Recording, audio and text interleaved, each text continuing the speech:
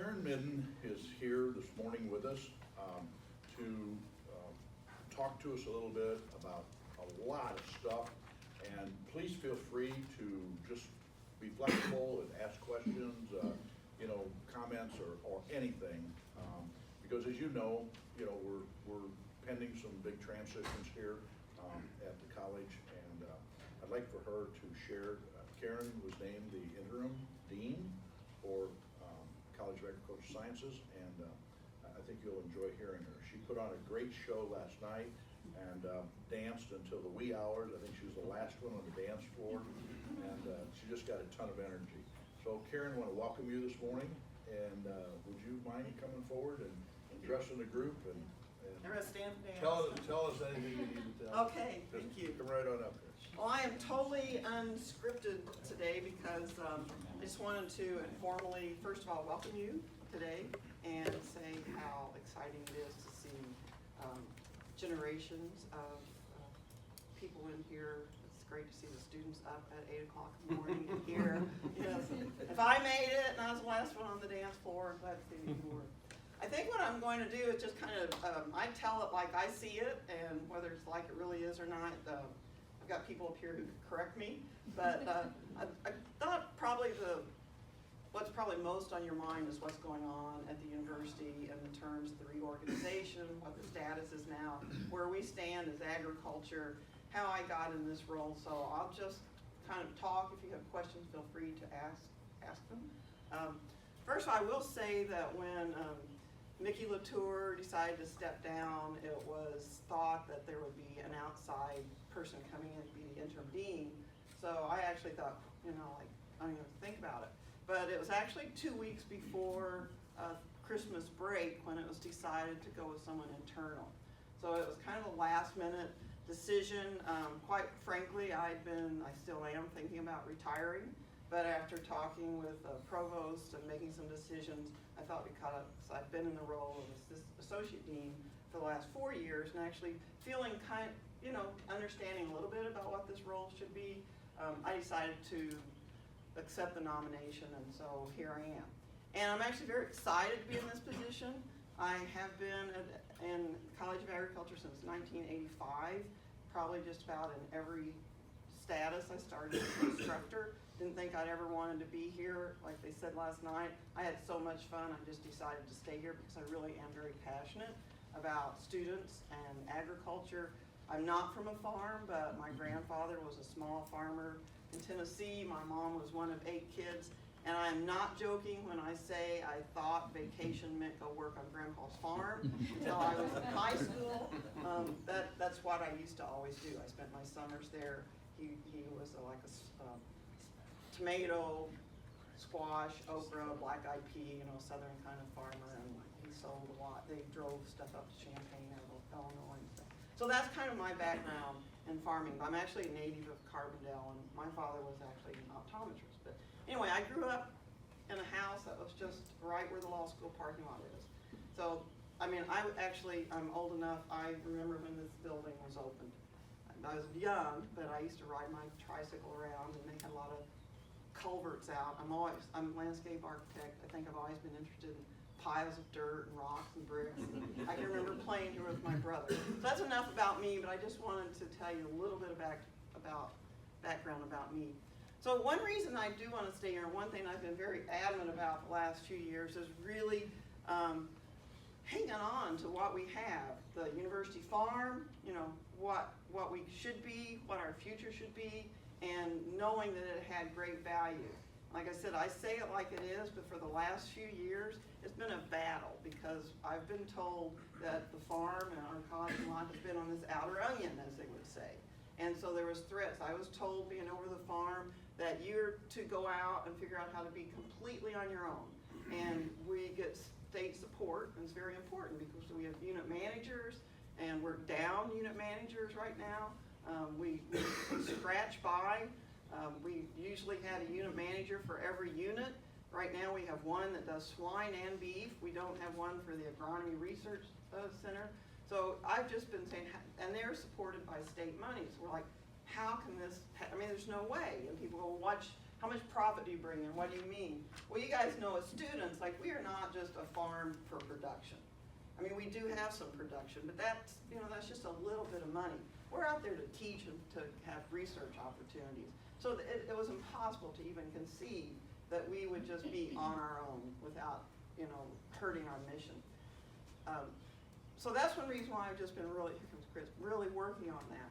And then we have new chancellor, Chancellor Montemagno, and he calls me in one day and he says, your farm is awesome. Like, you're not living up to what you should be. You've got so much to offer, and agriculture is so critical in the state of Illinois. And we can't just serve Southern Illinois. We need to serve Illinois.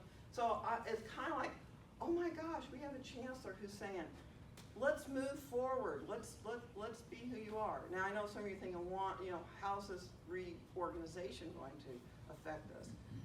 Personally, I mean, even though we don't know all that future, it may sound a little bit threatening in the fact that we're going from just a college of ag to the college of life science, or agriculture and life sciences. They may throw the word natural resources in there, but still in the big picture, I personally, from what I've observed and understand, think this is going to be a positive move, because you hear the news and read everything about SIU in general, Illinois universities. We're struggling, we're having trouble. Our enrollment is down already for fall, this coming fall. We're going to see a struggle. And it's not, I'm not going to sit here and try to analyze why. I don't think it's because we can't produce excellent students and have incredible research. I think there's a lot of things that have just been going against us. Not going to blame it just on state budget or just on that.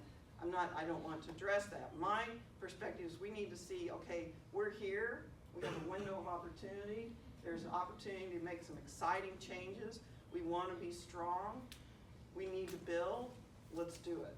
So that's what I hope to do in my interim. I don't know how long my interim will be. I do know that we need everyone's support. Rhiannon and I are ready, we're already like, okay, what can we do? The other exciting thing is the chancellor has asked Greg Webb and I to co-chair a farm committee to get input, to give a plan to him by the end of March that he can take and go out and try to find appropriations of money, and then we can all work together with some goals and ambition and deadlines and goals to meet. So we're just starting that.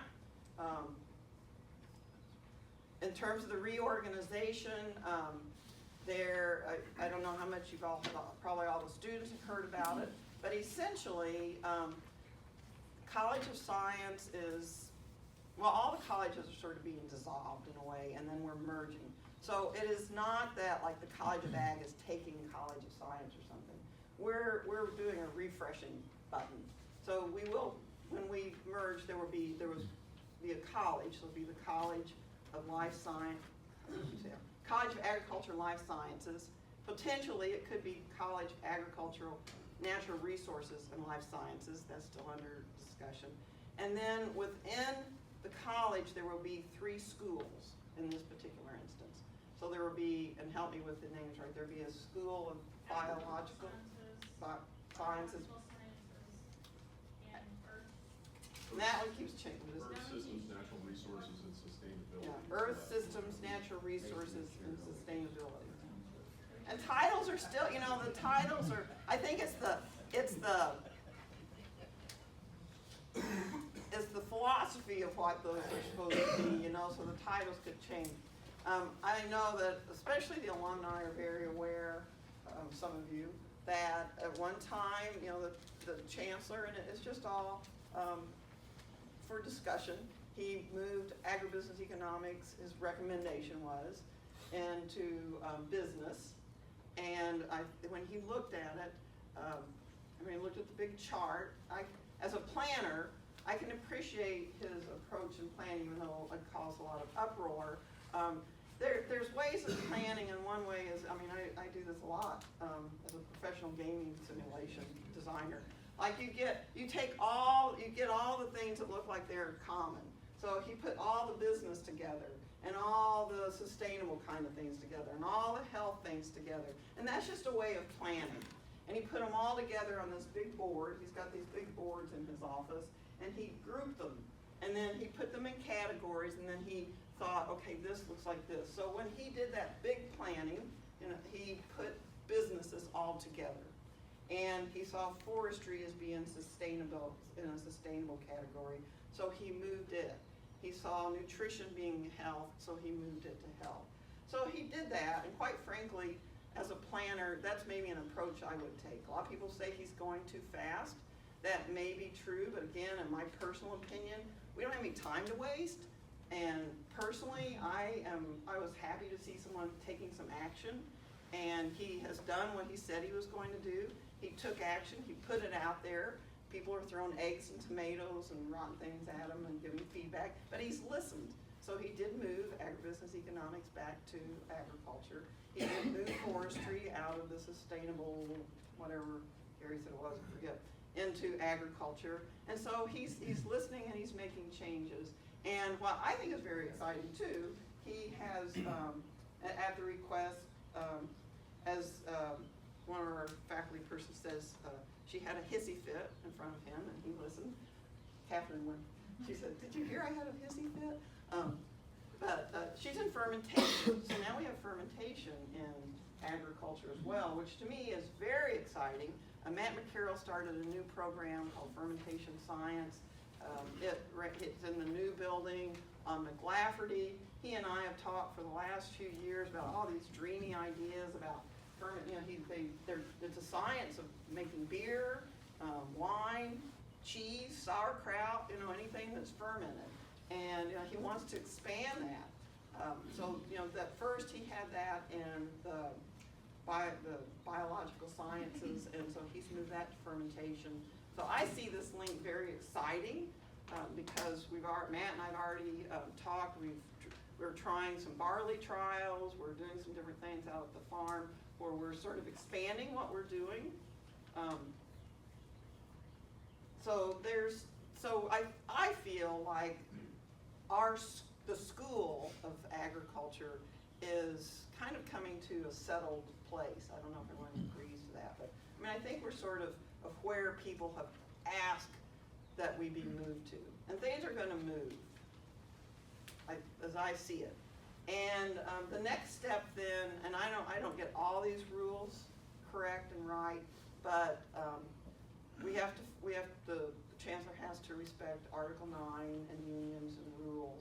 So he's trying to do this correctly, so that he'll put something out, give time for faculty to give feedback, and students and alumni and everyone. So there's so many days to do that. There's been straw votes. This has been very faculty driven. I really have not been involved in this as the dean. They've let whether it's faculty driven or not, they were the ones making the votes. The deans have not had votes. The chairs, the administrators really have not had votes. Now the next step, once the faculty and everyone in the schools get to a point where they feel like we're ready to move forward, it's not going to be like everyone across the whole campus has to move at once, just because there's so many different opinions. So now, then the faculty will have to, they have the options of saying, we're ready to vote that we accept this plan. Once that occurs, and again, I'm simplifying this, once that the faculty approve it, say, we accept this, we're ready to move forward, we accept the plan, they have their final vote, then action can start moving towards actually creating that school. They will select a school director. I'm assuming that there will be nominations for the school director. There will not be departments, at least not at this time. The chancellor does say at some point departments could come back, but quite frankly, I think some of that dissolving of the departments was just to be able to do some type of reorganization process. So once that occurs, then they select a director. So there will be one director over the whole school. So we ended up with a pretty big school. Actually, the the schools that has sustainability in it. Right now, that's just geography and geology at this time. There's some proposals for some other areas, like ecology and some other ones. But once that's done, then we run by operating papers. So currently we have a college operating paper, and that is created by the faculty, and those are all the rules on how do you select committees, how do you select a dean, how do you go, what procedures do you do, everything, how do people go up for promotion, tenure, this, that. Then within the college, every department has an operating papers.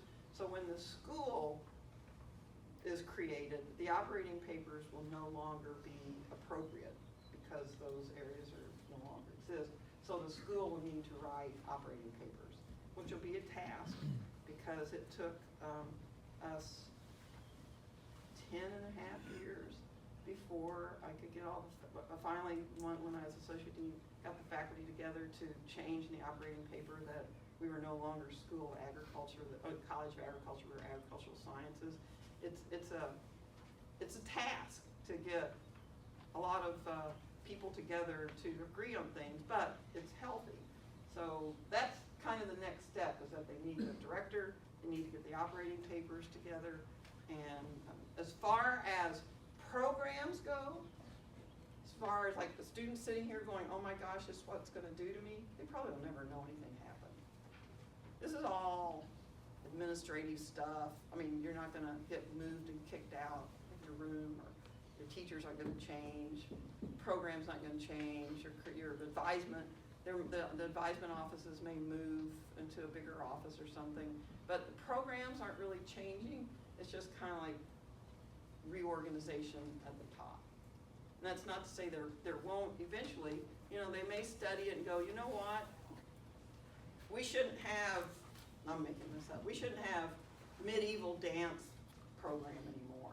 There's no one in it. So they may decide to get rid of that, something like that. So it is an opportunity as well to reevaluate, or we may say, for example, I've been interested in urban agriculture, and one of my students is, one of my past students from years ago is like the urban agriculture, I'll call her Queen of Chicago.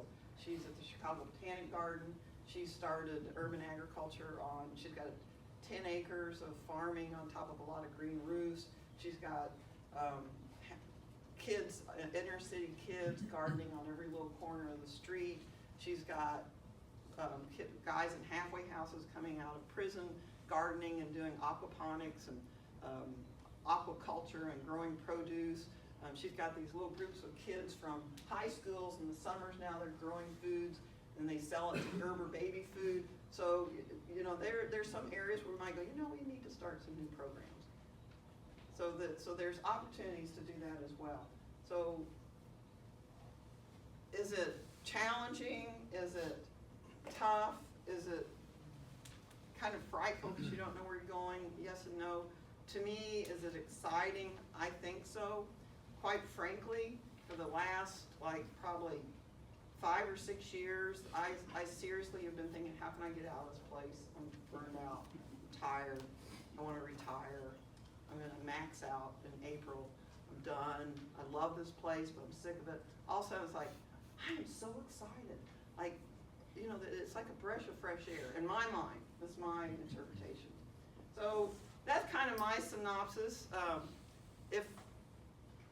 I feel like we need to be positive. We can still drive this car, but we need to be positive. We need to look for the opportunities.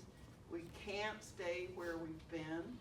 We can't do it. The farm can't do it. The enrollment can't do it. We can't do it. We're still producing good things, but we have too many other opportunities. I can sincerely say that I think agriculture is what empowers people. I say that for a lot of reasons. I've been in the Gambia. I've seen kids who don't go to school because they spend the day carrying buckets of water to their mother's garden, and they just water that the same way every day, whether it needs to be watered or not. Those kids could go to school if they knew we could take to them different ways of gardening and sustainability. If we could help them market their produce, You know, there's a lot that we need to do in agriculture. I'm a landscape architect because environmental management is a critical concern to me. We have a lot of environmental challenges, a lot of global challenges. We have a lot of people who are driven by just thinking of themselves. And I think in agriculture, we're not that way. We really want to help support people, humanity. We live on an earth, we're in a globe. I mean, I get kind of corny, but I mean, that's really the way I think. And I think we have a mission to do, and I think we're all capable of doing it. And, you know, that's why I'm so excited to see students in here, because that's what we need. So, that's my pitch. What else can I tell you about?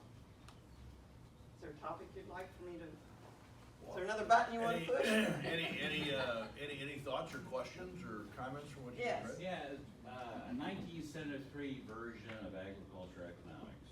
Yes.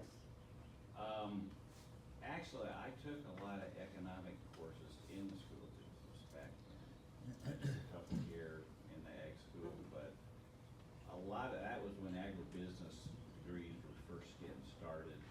And in order to dodge accounting, I went ag economics. I've heard that before. Seems like only yesterday. So the concept of having the ag economics inside the School of Business, I mean, I think that sounds like a good idea, because I don't want to mention other schools, but I do know other schools that offer an ag degree in their School of Business, and it's a much more prestigious degree. You gotta have higher grades, it's different course requirements and all that kind of stuff. So that doesn't sound like a bad idea to me, I don't know. But I guess that's stepping on everybody's jobs and powers, I'm sure that's probably. Well, that, I actually was not directly involved in that, but I know that that was a pretty hot issue. Very hot issue with a lot of people. I think it's just two different thoughts. What the chancellor would like to see, and actually what I've been asked to charge Dr. Altman with, the chair, is to work with business so that students have the option of staying 4 years in agriculture and for their agribusiness degree. If they choose the 4th year, they could go to business. I will say an experience that I have, and I don't really like I said, stayed pretty neutral about that in a way, but I do know that this is kind of a weird thing, but we have quite a few students who want to get two degrees, 2 bachelor degrees, one in business and one in agribusiness economics. And as corny as this is, here's some kinds of faults a few things that need to be fixed still. Is that if students are getting 2 degrees, business has something called differential tuition, so they have students pay more in business. So for some reason, that does something in the computer system, so that when a student signs up for both majors, they automatically, by default, becomes a business student. And I fought that for a year. But they said, well, it's in a computer glitch, we can't fix it. So our students, there were quite a few students who, because of that, because once they're, so that doesn't mean they can't get both degrees, it just means that business, it's to claim them, they take credit. So that makes them not eligible for us, for Agbasters, for the agriculture scholarships, and plus it's just they wanted this as their home. Those students dropped their business major and just picked up a minor just so they could be agriculture students. Now some of them, after they finish their agriculture, are going back getting those other credit hours, you know, they're sneaking around it. I mean, it's ridiculous, but the fact that those students spoke loudly, they started writing letters, that makes me feel like most students who go into agribusiness economics like the culture of agriculture. It's just the kind of people, and I don't know that, but, so I think that was, and some of you can speak up to that, that was a discussion, and that's why there were so many people who voiced that to the chancellor, that, as I understand it, is that's why he moved it back. But he would like to have that other option. should someone choose to do that. If anyone has anything to say about that, yeah. Not about that, but I was talking about that ag farms and stuff. And again, I went to Alabama when I was marketing manager, so I wasn't just doing very well. But I think they're probably getting pressure from the real estate people. They're offering them money. You need to keep that land no matter what. And I think one way you might be able to get money is if you, I don't know if they do this as a thing done, you might be able to get it from private businesses like Tyson or ADM or something. Maybe, I don't know if they could co-sponsor it because they have almost unlimited amounts of money. If they had their name on it, and they said they could, you know, we'll help you. I'm listening. You know, I'm saying that. Unlimited amounts of money. Once you get that land, the housing, you'll never get it back. Well, I will say, that whole thing about selling the farm, first of all, we don't even own it. It belongs to the state of Illinois. Yeah. So if they sold the farm, it would not come to us. So, I mean, that's I don't know, what do you call it? Bad media, you know, we haven't been, yeah. So, but, you know, that's part of the farm committee we're going to be looking at, getting those people with unlimited amounts of money to. Okay, I don't know if that's just money, I don't know, I'm not aware of it. But I mean, you're right, that's what we knew. You get And- private industry when Yes. they're making billions or trillions of dollars, you know, Yeah. they really do their. Yeah, and if you look at, I have visited numerous farms like Purdue and Fresno and, the ISU. A lot of these farms are these beautiful updated buildings. They're from endowments. People give endowments, companies, business, private people. You know, so that's something that, you know, we need to be talking about, or endowments and other ways of supporting it. Just to address this one thing we're talking about, which is just a good example about maybe more to come, is Greg Webb and Steve Wyatt and myself were fortunate to be in that meeting with Chancellor to talk about the agribusiness. And it's just more complicated, and there's more things tied into it than just the name.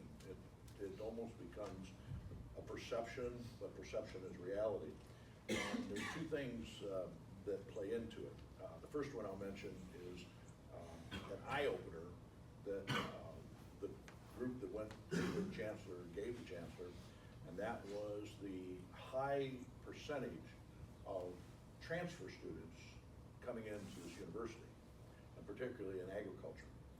And when we shared some numbers that we just had generally, he says, wow, I need to take a look at that. So that was an awareness that he did not have, which came out of our meeting. The second thing that we shared with him is that we had identified several, not just one or two, but several students that had the perception that if they were not going to be in a program with a channel in ag econ, and they were going to be told they had to be in business, that they weren't coming here.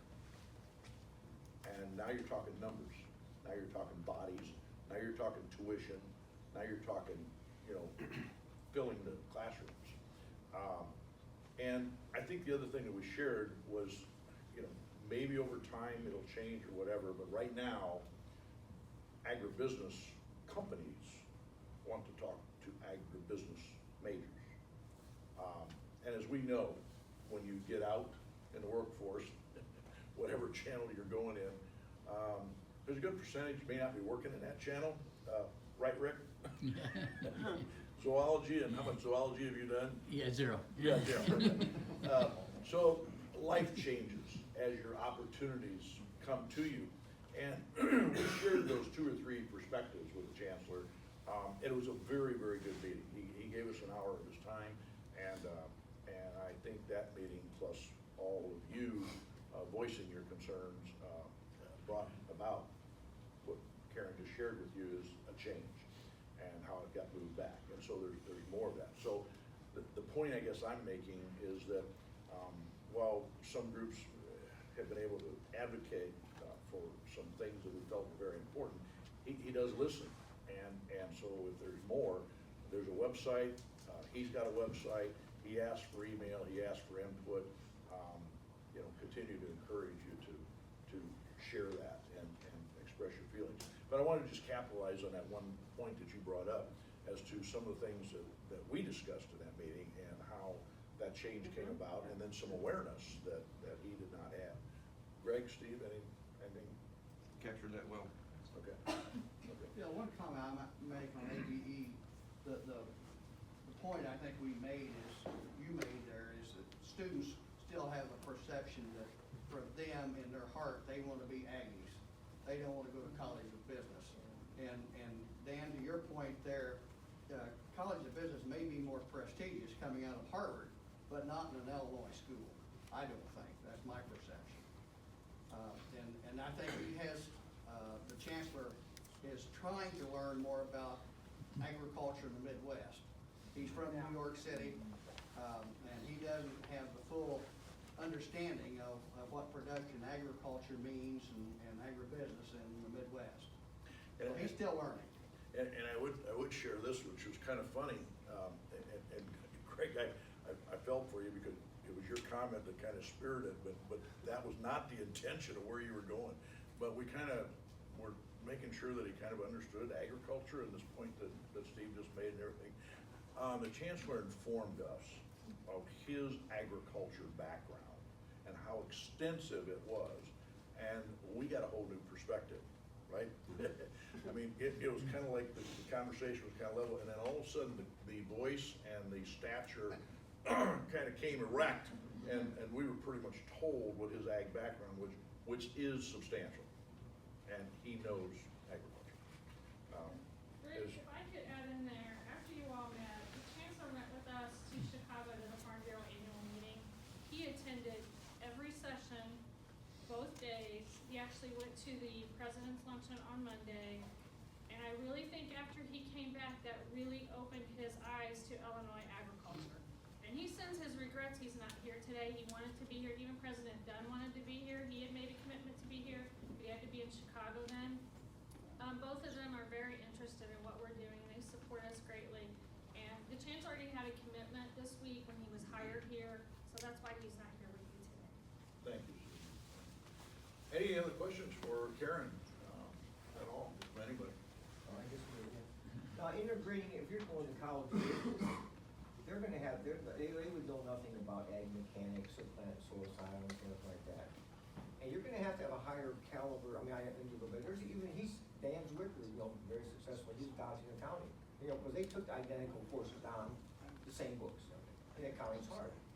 A lot of people are gonna have a hard time, even though they, if you're mixing them in, if they have to take that, some of the people, the farm people, they just wanna do it, you don't really need it, but, if you, should be different choices, Yeah, well, I mean, I won't personally probably be involved in the curriculum, actually design.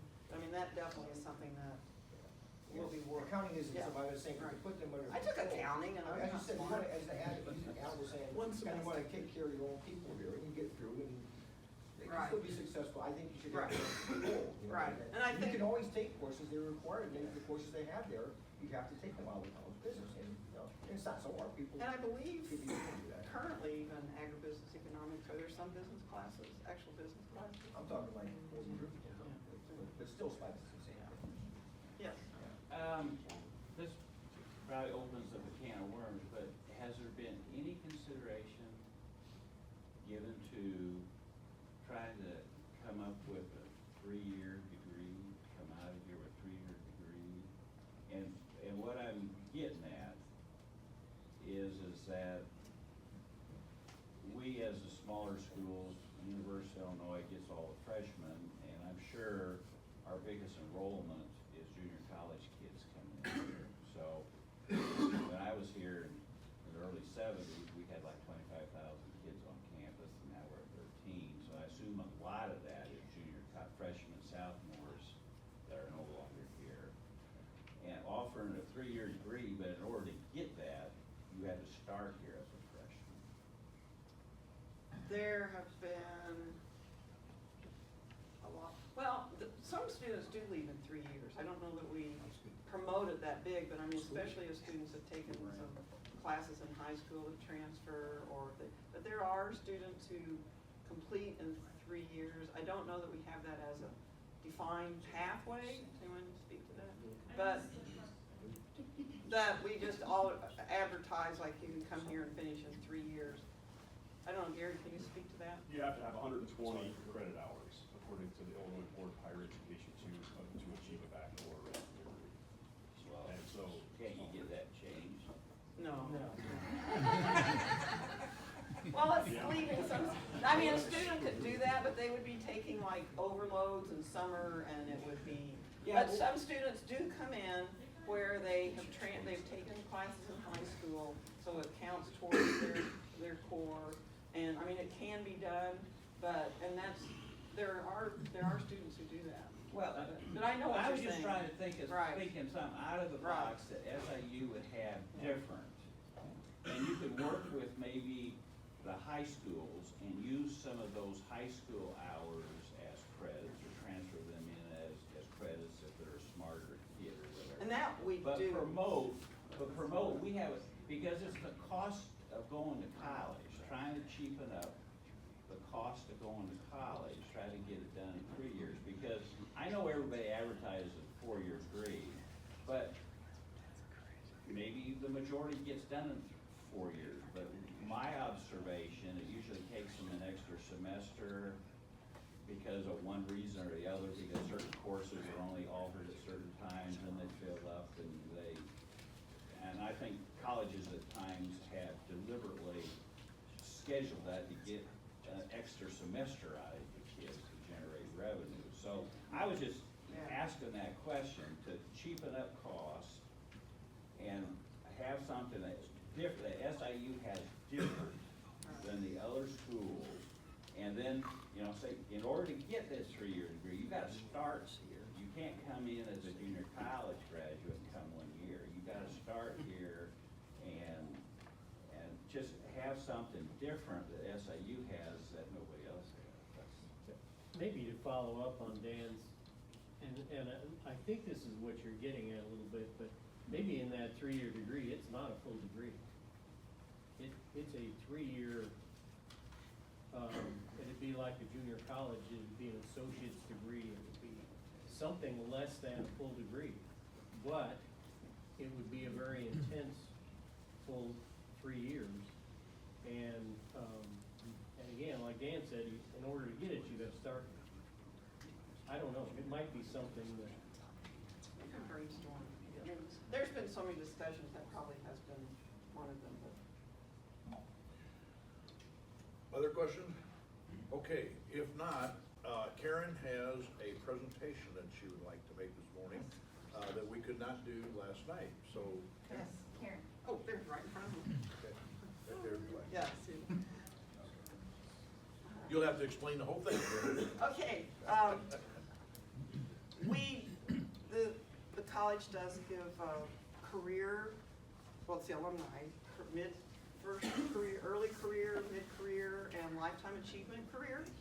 And we present those at the Ag Banquet, but unfortunately, our mid-career person, well, fortunately, because your daughter was getting another award. My son. Your son, your Yeah. son. So, he was not able to attend the banquet last night, so we are presenting this thing today, and I'm just going to do the official drum roll. Yes, No, yes, yes. it's short. Okay, it's very short. Okay, the Outstanding Alumni Mid-Career Award is presented to a College of Agricultural Sciences alum who is 11 to 20 years post-graduation. Dr. Christopher Clemens is a 1998 and a 2015 graduate with a BS in Agricultural Sciences and a PhD in Agri-Science Education with an emphasis in agricultural education. He began his career as the agriculture teacher in Highland, Illinois, later serving as the principal at Waterloo High School. After completing his PhD, he joined the faculty at Auburn University as assistant professor in agri-science education.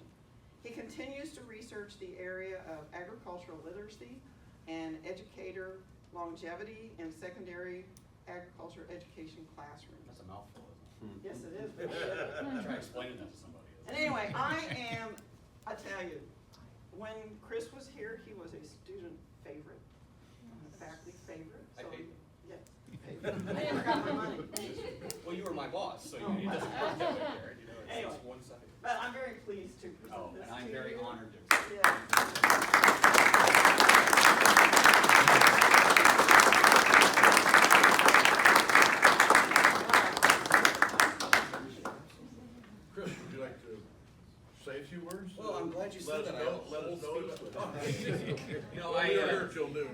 Well, first of all, greetings, brothers. I am, of course, an alum of both the House for all 4 years. If I remember correctly, my pin was 397. That's one of those things that all of us know we have burned into our heads. And no matter how old we are and how far we move away from Southern, if somebody still says, how'd you do things in the House? My pen 397, because it meant everything. So, I did notice something, and I joked with my wife and my kids this morning. They, of course, were sleeping. And Joke too when I was yeah, they weren't paying too much attention. I said, I'm getting the mid-career award, and my daughter, who is 17, says, so you're not young, but you're not old yet. And I said, no, but I'm moving down that line, which, looking at the back of all your heads, pretty soon, I'm gonna be up here with the no hair. I thank you for laughing at that. I was kind of joking. I was like, do I want to say that? I don't know if we want to still carry in Illinois, but in Alabama, they don't carry. You can just strap it anywhere and walk around. So, I enjoyed my time at Southern, and obviously came back for another 4 years as a PhD student. I currently serve as I-Chapter advisor at Auburn, myself and another gentleman who's retired. I also bring greetings on behalf of Phil Josephson, National AGR, and their reps. We work quite closely with them. I do a lot of work now on the national level with them, and they speak very highly. Tanner was here last year, and I just met with him on Thursday, and he spoke very highly, which of course makes me very proud as an alum, because there are so many things I think we deal with as fraternity members, and not just fraternity, but within the Greek system. And I'm not going to preach here, it's Saturday, I don't have to teach anything. So, but I think we have taken a black eye in a lot of ways. Maybe not our chapter, maybe not my chapter at Auburn, maybe not Alpha at U of I, but the Greek system as a whole. And I want to commend you for staying out of the papers and doing the right thing. And I'm 27, so I don't hear as much. I'm kidding, of course. A lot of my terminology's changed now. If you younger guys you probably heard the stories, but with my pledge class, and I think there's a line here probably that knows what I'm talking about. It was a pledge class, but the new initiates class or the members class. Those are gentlemen that I still have very good relationships with, and I remember sitting back where you are thinking, my God, is this guy gonna quit talking? Really? How many more questions can he ask? That type of thing. But it does come full circle, guys. It does. You step back on this campus, and all those memories come back. And it's one of those things you just, I don't know, eventually you'll bring your family back. That's all I'm going to say. That's all I need to say. You'll understand when you come back. So, again, thank you for letting me speak. I was actually looking forward to talking to the brothers, just because so much of my life now is involved with AGR, and I am proud to say that I was Beta Alpha and did my chant out on Greek Road. So, we still do the chant, right? Yeah. Thank God. So, but anyway, I wish you all continued success. I'm excited to see where the college is going reorganization-wise. Very glad that we're keeping what I consider traditional programs. When I was here, as an undergrad, let's go back to those days, in the College of Agriculture. I understand sometimes they have a better home maybe, but I'm one of those perception agribusiness stays here, forestry's here. And anyway, thank you. I have a soccer game. I'm not playing, you can tell. I don't have physique for that right now. But I am getting in shape. The Olympics just wrapped up, so I've got another 2 years for summer to come along. So I'm excited about that. But no, my son now is in soccer this afternoon, so I'm driving back to St. Louis and then back to the Plains tomorrow. If you're all ever down there, spring break's coming up. Auburn is an easy drive. Just head down 65 through Montgomery, take a left, come on over and stop by the house. We have 46 rooms in the house, about 28 guys in the house, and close to 1,000 alums. So just a much older chapter than what we were. But I will tell you, when National speaks of Alpha Gamma Rho, and they know obviously I'm for Beta Alpha, always at the top of the list. And I commend you and your noble rulers and your executive council, and of course the alumni council for all the work that you've done. And once a Saluki, always. There you go. Thank you all very much. Thank you.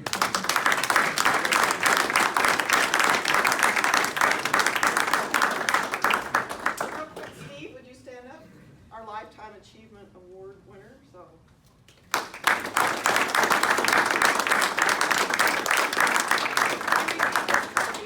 Artist trophy is plaque. There you go. Thank you. Well, Karen, thank thank you very Thank you. much. We really appreciate your time this morning, especially on Absolutely. Saturday coming in after a party night. So does- I do that every Friday night. But do appreciate you being in the position you're in and having the heart that you have for the college. Thank you. If I can help or answer any questions anytime, shoot me an email. Okay.